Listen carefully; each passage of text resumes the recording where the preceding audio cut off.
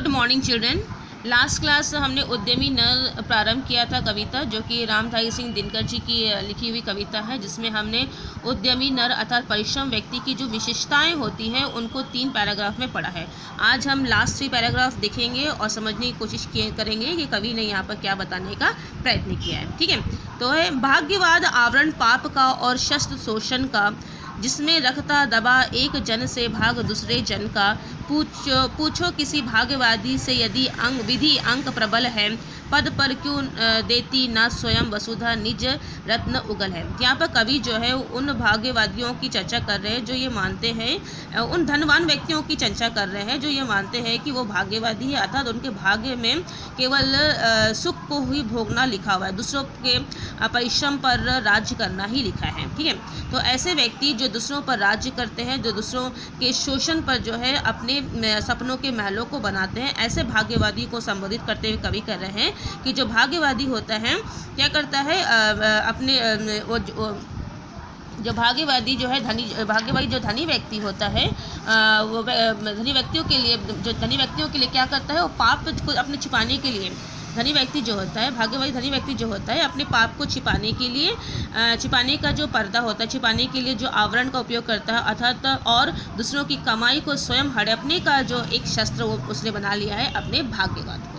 ठीक है, तो कवि यहाँ बोल रहे हैं कि जो धनी व्यक्ति होता है वो दूसरों पर पाप करने के लिए और दूसरों की मेहनत की कमाई को हड़पने के लिए उसने किसको अपना शस्त्र बनाया, शस्त्र माने औजार, अपना शस्त्र किसको बनाया, अपने भाग्यवाद को बनाया। अर्थात कहने का मतलब है वो बोल रहे हैं सभी उन लोगों को जो उनके नीचे काम करते हैं कि तुमको तो हमारे नीचे काम करके काम करना ही है और तुम्हारे द्वारा जो परिश्रम से जो धन की प्राप्ति होगी उस पर राज करना हमारा अधिकार है। ठीक है, तो जिसमें रखता दबा एक, उसने क्या करता है, एक व्यक्ति जो है दूसरे व्यक्ति पर जो है अपना राज्य, अपना दबदबा जो दबाए रखता है। इसमें रखता एक जन माने एक व्यक्ति जो है दूसरे व्यक्ति पर शासन कर रहा है। यहाँ पर हम लोग बोल दिया जाए तो एक किसान है जिसके ऊपर जो है जो किसान जो है तब बेचारा परिश्रम करके धन और अनाज उगाता है, लेकिन अनाज का जो मूल्य उसे मिलना चाहिए उससे तो नहीं मिलता, लेकिन जो उसके अनाज को प्राप्त करके ऊंचे दामों में बेचते उनको उसका लाभ मिलता है।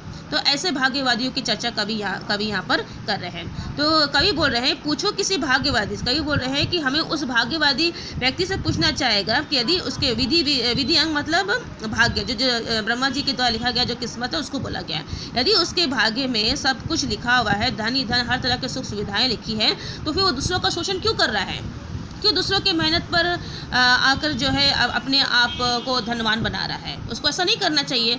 पद पर क्यों नहीं देती वह स्वयं वसुधा, तो यदि वो सचमुच मानता है कि उसके भाग्य में केवल धनवान बनकर रहना है, सुखी जीवन ही जीना है, तो जो वसुधा धरती जो है अपने अंदर छिपाए हुए रत्नों को, रत्न मतलब खजाना, उगल मैंने प्रकट करना, अपने अंदर छिपाए हुए खजानों को स्वयं ही उसके चरणों में ला के दे देती, क्योंकि तुम तो भाग्यवादी हो। लेकिन धरती ऐसा नहीं कर रही है। धरती उसी को अपना खजाना देती है जो परिश्रम करके उसे बाहर निकालता है, अर्थात किसान को बताती है, किसान को ही वो अपने उसके परिश्रम का फल देती है। ठीक है, लेकिन किसान के परिश्रम के फल पर कोई दूसरा व्यक्ति जो है राज कर रहा है। कभी यहाँ पर यही बताना चाह रहे हैं कि कुछ व्यक्ति जो है अपने आप को भाग्यवादी मानकर दूसरों के परिश्रम पर राज्य करते हैं और इतराते हैं।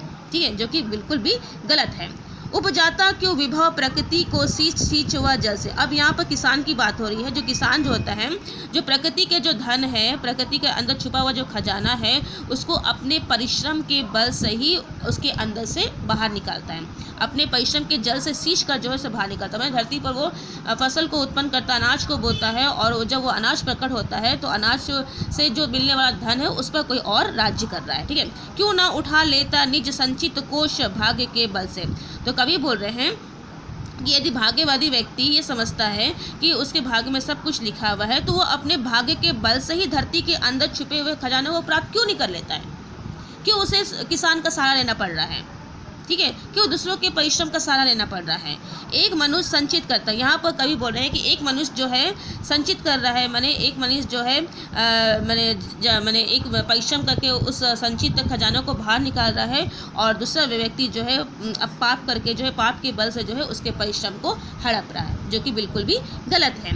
और भोगता उसे दूसरा भाग्यवादी के छले से, ठीक है। और जो किसान तो निस्वार्थ भाव से धरती पर अनाज उगाता है, परिश्रम करता है, ठीक है, लेकिन फिर भी जो है उसे क्या होता है, दुर्भाग्यहीनता का जो है सामना करना पड़ता है, और उसके परिश्रम पर जो है भाग्यवादी जो है अपने छल कपट से जो है उसके परिश्रम के जो मूल्य है उसको हड़प करके जो है अपने जीवन को सुखमय बनाने में लगे रहते हैं। तो ऐसा करना बिल्कुल गलत है, लेकिन ऐसी क्रियाएं जो है उद्यमी नर बिल्कुल भी नहीं करता है। ये जो भाग्य के भरोसे बैठे रहते हैं, ऐसे लोग जो है अपने पाप को छुपाने के लिए अपने भाग्य का सहारा लेते हैं। लेकिन जो परिश्रम व्यक्ति होते हैं वो स्वयं परिश्रम करके जो है अपने भाग्य को चमकाने का प्रयत्न करते हैं।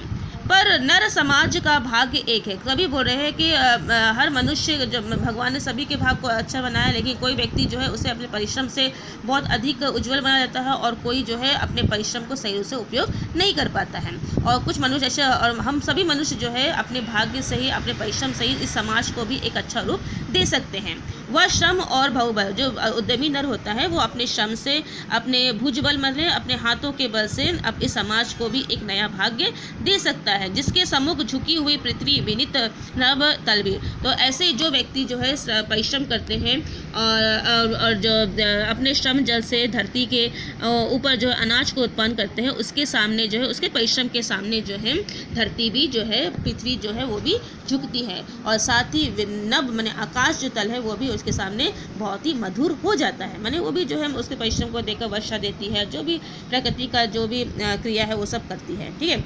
इसमें श्रम जल दिया उसे पीछे, इसलिए कई बोल रहे हैं कि जो परिश्रम कर रहा है उसको पीछे मत रहने दो, ठीक है। आज किसान इतना फसल उगाता, लेकिन आज स्वयं वो भूखा मर रहा है। ऐसा क्यों? जो स्वयं अनाज उगा रहा है वो अनाज के लिए ही तड़प रहा है। ऐसा नहीं होना चाहिए। विजित प्रकृति से सबसे पहले उसको सुख, जिसने प्रकृति पर विजय प्राप्त की है अपने परिश्रम से, तो उसको भी अपने जीवन में उस तरह के सुख को प्राप्त करने का मौका मिलना चाहिए, ठीक है। तो इस तरह से कवि ने यह बताया है, जो परिश्रमी व्यक्ति होते हैं वो दूसरों को भी जीने का अवसर देते हैं और स्वयं परिश्रम करते हैं, लेकिन जो भाग्यवाद पर इतराते हैं और ये मानते हैं कि भगवान ने हमें भाग्यवादी बना दिया है, तो हम केवल घर बैठे बैठे सब कुछ प्राप्त करेंगे, ऐसा बिल्कुल भी गलत है। और ऐसा सोच कर जब दूसरों का शोषण करते हैं वो तो बिल्कुल भी अनुचित है। इस तरह से कवि ने इस कविता में हमें उद्यमी नर के विशेषताओं को बताया है, और भाग्यवादियों के जो गलत धारणा है उनको भी हमारे सामने प्रकट किया है, जो कि अनुचित है। हमें ऐसा बिल्कुल नहीं करना चाहिए। हर मनुष्य को जो है उसके परिश्रम का पूरा अधिकार मिलना चाहिए। आई होप कि आपको समझ में आया होगा।